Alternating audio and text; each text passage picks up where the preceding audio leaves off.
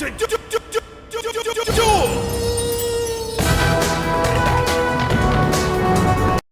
Hey YouTube, Babyjace here, and today we're going to talk about the Mythic Helya guide. Now, the way this is going to work is I'm going to explain all the abilities on Mythic and how to deal with them, and then in either a separate video or at the end of this video, I'm going to show our entire kill, and with me talking step by step what we're doing at exactly that moment, so that you can kind of get a better idea on how everything is working out and how we dealt with the mechanics. So, I'm going to assume that you are familiar with the heroic encounter of this fight, so I don't need to explain what the breath does, all that stuff. All that stuff is the same. I'm only going to go over the new Mythic mechanics, what the stuff does on Mythic, and how to deal with it. So Phase 1, we're going to talk about orb positioning for ranged and melee. So, the orbs are very, very important in Phase 1 because they basically link to each other with a cutter beam. If you've ever done Heroic Sinestra, you'll be very familiar with the cutter beam, and basically you don't want them to be like spread out because the cutter beam is an instant one shot. So the way we dealt with it is we had all of our players stacked in one spot, and as the cast was going out, it snapshots your position for where the orbs are going to spawn, and when that is happening, everyone is just running back away from the boss so that the orbs spawn behind you. They start pulsing and then they start chasing, and usually they're all nice and stacked up, very easy to dodge, and the three people who have them know who they are, and they're very easy to deal with. So another thing to talk about is it's not all ranged and melee. So the way the orbs work is the odd orbs, or the first orb and the third orb and the fifth orb, are going to be ranged orbs. Now, the ranged orbs are always going to target one ranged, one healer, and one tank in Phase 1.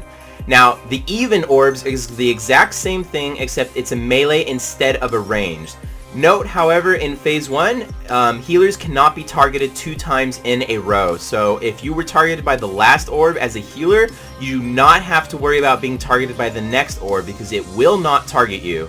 It cannot target healers twice in a row. It can target players twice in a row, but that is very, very, very rare. Very rare. As you see here, we have players affected by the orb, and then they're going to run around and up the right steps, up the stairs to the upper platform. They're going to run around, go up to the top platform, as you see here, and then they're going to just jump right off and go right back to the boss. This is pretty much the most effective way to deal with the ranged 1 orbs, as it gets them out of the way as soon as possible, and you're back to doing damage like as soon as possible. Phase 1, depending on your DPS, can be a DPS check. It was a DPS check for us at first, but as we got more comfortable with the fight, DPS naturally went up, and it became much easier for us to deal with. So yeah, and you're pretty much going to do melee and range the same way. Now, if you have speed boost, you want to set up speed boost in such a way that every orb is going to have them. If an set of orbs does not have a speed boost, you want to also have that specifically set up which wave does not have a speed boost, so everyone knows they need to use their own personal movement abilities. Every class can get away from an orb once if they need to. Like, if there is one set of orbs that where you don't have a speed boost, you can get away from them. Every class has an ability to do this. DKs have a spooky walk, warlocks have a portal, so it's like every class has some way to get away from one set of orbs. So just, try to keep it to a minimum. For us, we had 3 shaman totems and a bear roar, so that was pretty much our roars, or our speed boost anyways. The blobs are important to deal with on Mythic just like they were on Heroic, but you don't want to put too much damage into the blob, and you don't want to like burn your opener, on the pull cooldowns into the blobs. You want to, you want them to go into the boss. Now, the main class that does put their cooldowns into the blobs is going to be the Hunters, because they do the most effective damage to blobs with their cooldowns. They're also doing a lot of damage to the boss with them. So, realistically, the Hunters are the main people who are going to be putting DPS cooldowns into the blobs. If you have a Frost DK, he can use the Call Dragon on the first set of blobs.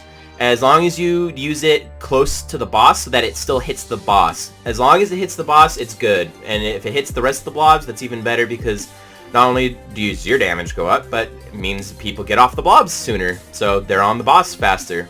Now, the blobs do not have to die. They just need to get to sub 30%. Once they are at 30% HP, they no longer do reduced damage. Anything above 30% HP is actually extremely dangerous on Mythic. You want everything to be under 30%. We've had a blob at like 40% HP just one-shot all of us. Like, you cannot deal with the damage that is constantly going out with a high health blob. You just cannot. You have blobs, all the blobs are blowing up at the same time. You have dispels happening at the same time. Everyone's just low, so really you just cannot have a high health blob. Once they're at 30%, get off them, get on the boss. Dispels, you want to have 2 priests for this fight for dispels. If you don't have 2 priests, it's okay. But you want 2 priests because you want them to have mass dispel. I mean, well, they're going to have mass dispel, but you want to use mass dispel to your advantage, right? Particularly, we had 2 shadow priests doing this. And the way this worked was every time the dispels went out, everyone kind of knew that they were coming out, and so we would all be gathering and a mass dispel would just happen. Now, the melee does not have to go back to get mass dispelled. They will be single target dispelled. However, during the orbs, if you are on a melee orb, you need to go back with your group, even if you do not have the orb on you. Do not cheat forward. Go back just a little bit.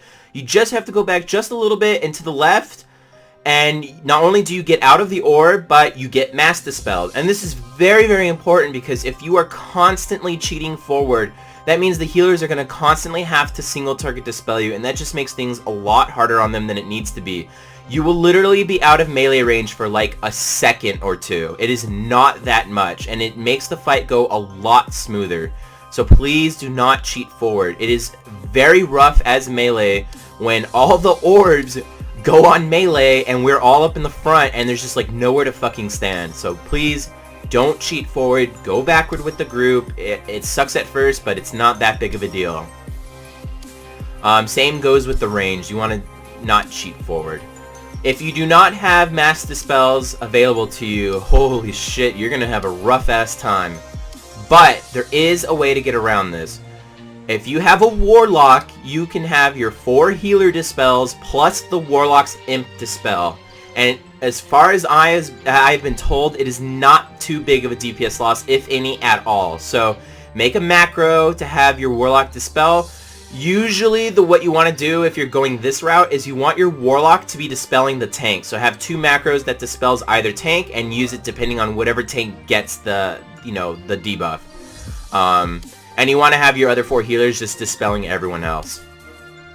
Now, for any reason, if you were not dispelled properly, don't run back in and just don't run back in, sit down, and call for a dispel at a very poor opportunity. If you're doing the mass dispel strat, you just wait for the next set of mass dispels and then get dispelled there. We've had a few polls where someone came in, got dispelled, and and then an orb came a few seconds later, and we were just fucked. So it's just positioning just gets screwed up. So just don't do it. It's not necessary. Now, the tentacles on Mythic do a lot more damage, and they also do nature damage. It's not physical like you would think. It is nature. The way that we did this is we had people solo soaking the tentacles. If you can solo soak them, you need to do that, because group soaking tentacles is not going to work. They do like 10 million something damage split. It is way too much fucking damage for you to actually split this shit. So don't bother doing it. Just have people solo soak it. You can have Guardian Druids solo soak it with strong cooldowns, Prop Paladin, Rogues, Hunters, Mages. You can use the Prop Paladin Spell Warding, or the Magic Bop. You can use that because this is magic damage, this is not physical damage. And the way that the tentacles spawn is the first wave is going to be double melee, the second wave is going to be 1 melee, 1 ranged, the third set is going to be double ranged, the fourth set is going to be ranged, melee, ranged, and the last set is double melee. And if you have a long enough cooldown like Spell Warding, you can soak 2 tentacles. Phase 2 of Mythic Helya is probably the most changed part of this entire fight. Instead of all the tentacles being up at once, instead you have to deal with 2 tentacles at a time. So how does it work? Well, the left side has 1 tentacle, the right side has 1 tentacle as well, and then you have the Grime Lord on the left and the Mariner on the right. And what you want to do is you want to kill the tentacles within 5 seconds of each other. If you kill one tentacle and the other tentacle doesn't die within 5 seconds, it goes away. And you do have to kill it later on in this phase, and it's probably going to mean a wipe. On each platform, you also have to deal with the Mist Caller. The Mist Caller will do a cast when it is completed. It will summon more waves, and that's bad. You wipe instantly if you get that. You need to interrupt the cast. However, you need to interrupt it at the end of the cast because it will start casting it immediately after that with a shorter cast time. And every time you do interrupt it, it does do an 800k raid-wide nuke. So you want to interrupt these towards the end of their cast. If you have a Death Knight, the Death Knight can Death Grip, and it does not count as an interrupt, so she will not do the raid-wide nuke, and it's pretty simple. So basically, you want to set up your raid in such a way where you have an even split of DPS on like the Mist Caller and the Tentacle. And once the Mist Callers die, usually the big adds are coming out at that time. And you want to set up both sides so that you have a good healthy amount of cleave on the side with the Grime Walker, so that you can be cleaving off the Grime Walker onto the Tentacle. You obviously cannot let the Mariner get its full energy bar up because you will wipe. You will wipe if you get more than like a couple ticks of that, you know, the fucking lantern. It's not pretty. And so you want to set these groups up in such a way so that after the second part of phase 2, when you go back up to the top, if you went on the left side for the Grime Walker side, you're now going to go on the right side, so you are staying on the Grime Walker side. And the people on the Mariner side will be staying on their Mariner side by going left on the second go round of the top. On the bottom is just 2 tentacles right where Helya was, one on the far left, one on the far right. Just like the 2 tentacles that are at the very beginning of phase 2 of Heroic. You want to kill these within 5 seconds of each other, and you want to kind of group all the adds around and just AoE them down with like hunters and stuff. You know, classes with good efficient cleave, but you want to be nuking these tentacles. And again, they have to die within 5 seconds of each other. In this part of the fight, there's only 1 Mist Caller, so make sure all your range are hitting that and all the melee are just on the tentacles. Once you've defeated both tentacles, you're going to go back up to the sides, except, like I said earlier, you're going to go to the opposite side you were on the first part of the phase 2, because you want to stay on your Grime Walker or your Mariner side. A Mist Caller will spawn on both the right and the left. You need to kill both of those so that, again, no casts go off. Make sure you interrupt at the end or Death Grip it, whatever works. And then focus on the tentacles again and the big adds. You want to kind of, you know, kill them so that you don't want the Grime Walker to be at 50% HP when you're moving down, right? So you want to kill them, you know, in a smart way. Once both those tentacles are dead, you will go to the back of the room for 2 more tentacles. Those tentacles also need to die within 5 seconds of each other. And what you're trying to do here is you're trying to beat the 3rd set of waves that the boss will be doing. You need to beat this 3rd set. If it helps, you can potion in this phase just to get out of it. And as you do it more and more, you're going to get so comfortable with it, you don't need the potion anymore. You want to kill the adds on this last part of the fight towards the back of the room because you want the front of the room clear of the crap. You need the front clear of the crap. So you want to get it as far back as possible. Have everyone group up far in the back. And you just want to group up and keep all the poison shit just away from it. If you are melee, be aware that the poison stuff does do a lot of damage. However, you do need to sit in it to just DPS the tentacles, and the healer. It is the healer's job to keep you alive. Basically, there's nothing about that. Like, you just stand in it. You're gonna take a lot of damage. They need to keep you alive. You need to do damage to the tentacles. The other major change in this fight is the Fetid Rot that the Grime Lord does. It does spread per tick. It does not spread on expiration anymore. It spreads per tick, and it does a fucking nasty-ass amount of damage. So just do not spread it. It does so much damage. It's unreal. The Mariner, it's Give No Quarter. It does 3 white things on the ground, so just, you know, dodge them. It's pretty easy. It's not too big of a deal. And that's pretty much it for phase 2. So the goal is get out of there before the 3rd set of waves. Don't spread the rot shit, you know, interrupt or Death Grip the Mist Callers, and, you know, have the decay that the little minions leave on the last set of tentacles. Have that all the way in the back because this is not going to get washed away. Phase 3. Phase 3 is technically the hardest phase in the fight, but not really. By the time you've gotten this phase, you have done so much Phase 1 that you kind of have the idea of what you need to do. Now, the melee and the ranged orbs in this phase are going to work a little differently. They never target the tanks anymore, so now it's going to be 2 ranged, 1 healer, and then 2 melee, 1 healer. Also, healers can be targeted twice in a row, so the healers need to get back and be in position for the next set of orbs, because if they are out of position, it's going to be really bad. Now, just like Heroic, they do leave behind corrosion on the ground, and you want to be smart and try and lay corrosion over corrosion, or decay over decay. You don't want to like eat up all of your room. Whenever she does wave, the Mariner does come out. The Mariner has significantly more HP and casts significantly faster than on the platforms because you have more people to kill it. And everyone needs to be nuking it down. Like, you need to be, it is the priority target in this phase. The boss is not the priority target over the Mariner. It has to die. We used Lust directly after she casts the first wave, so before the wave even hits is when we Lust. You want to use potions with Lust if you haven't potioned in Phase 2, and you just want to get a good, nice burn on the boss and on the Mariner. Position is going to also work slightly differently. I'm going to have a picture up here, and as you can see here that these are all the markers that we have for the room. And with these markers, you're going to want to set these up in such a way that, you know, like the range, the first orbs is going to be like on the moon all the way to the right, and then the next orb, which is melee, is going to be on red, and then, you know, the third ranged orbs are going to be on yellow in the back, and they're going to take Warlock Gateway all the way to the left. You know, you're going to want to kind of have like a plan set up for this phase. And in the video that I'm going to be going over in a separate video is basically I'm going to do a step-by-step on like what exactly is happening, so you want to click on that if you want to get an idea on how we handle this phase. As far as the breaths go, you want to set up 5 people for the breaths. 1 tank can usually soak 1, and then the other 4, we had like hunters, mages do it. Moonkin can do it pretty easily with bear form. They won't die. If you need like an emergency soak, like I'm sure someone can do it, but try to be consistent with these soaks. We're running into a bug where if you blink over a bunch of decay, all the decays will tick at once and kill you. Same thing with ice blocks standing in decay. Like all of a sudden, like the ice block ends and like 8 ticks of the decay goes through and just instantly kills your mage. It's really, really, really frustrating. So just be aware of stuff like that. And yeah, I mean, the phase is pretty damn straightforward, really. You need practice to get the orbs down. You need to get the orbs down because the orbs are going out much, much faster. And the healers need to, this is like the worst fight for healers because the healers need to be with every single stat group for the orbs, because if they're out of position, you're just fucked. For the most part, you're going to want your breath to go down the middle. But again, the Mariner, it needs to be the single target nuke. Like, you need to nuke it. The Mariner has to die. The hardest part of this phase is going to be the 4th Mariner. It's just really hard to deal with. So just be aware of that. I mean, you might want to save like a cooldown for it or something.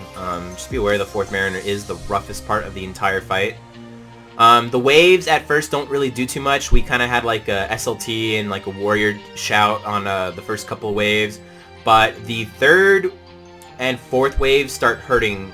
Well, the 3rd wave is kind of like but the 4th wave really starts to hurt. And the way we dealt with that is on the 4th wave, the range went all the way up to the top right platform. They got dispelled up there, the orbs went out up there, and then they jumped down for that 4th wave. The orbs kind of like went down the stairs, and everyone else just jumped down. So be aware of that. That is a thing. So as long as the ranger up there, you're taking no damage from the waves. The melee will be down there with the tanks, and the healers just need to be aware of that. Dispel them immediately, heal them so that they don't die to the waves, and that's pretty much how you're going to deal with that 4th wave. The 5th wave is dealt with in nearly the exact same way, except that you are on the left side of the map, on the left platform. That wave does a fuck ton of damage, so if you have the orb as melee, you might want to just go up the stairs. If you don't go up the stairs, you better have a real strong fucking like cooldown and a health bot, because that wave just wrecks, and you're going to be running through decay to get back to melee, so you might as well just go up the stairs. I died to it on our kill video because I got greedy. Don't be greedy, just stay safe, go up, you know, the stairs and then jump down with the range. It's pretty simple, and then that's really what you're going to want to do. And that's pretty much the fight.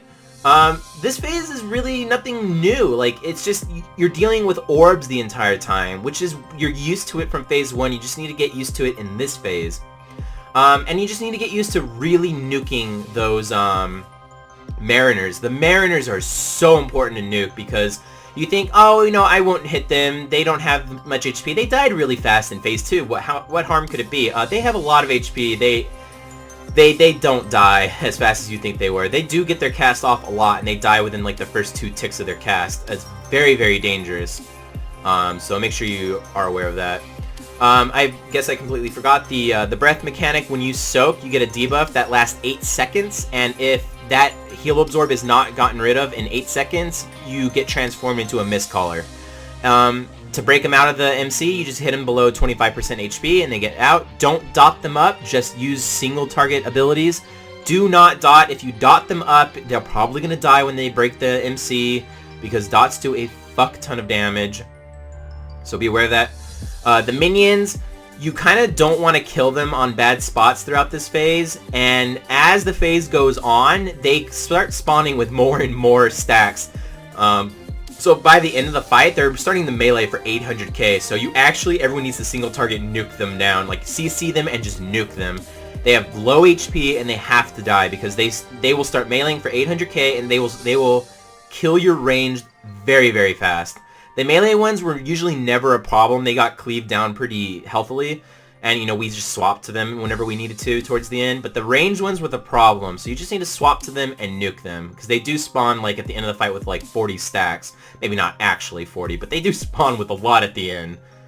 And that's it. I hope you enjoy this fight. This fight is a very long slog. So just be aware that it's gonna take hundreds of wipes to do, unless your guild just plays like fucking amazingly or you have a ton of Paragon.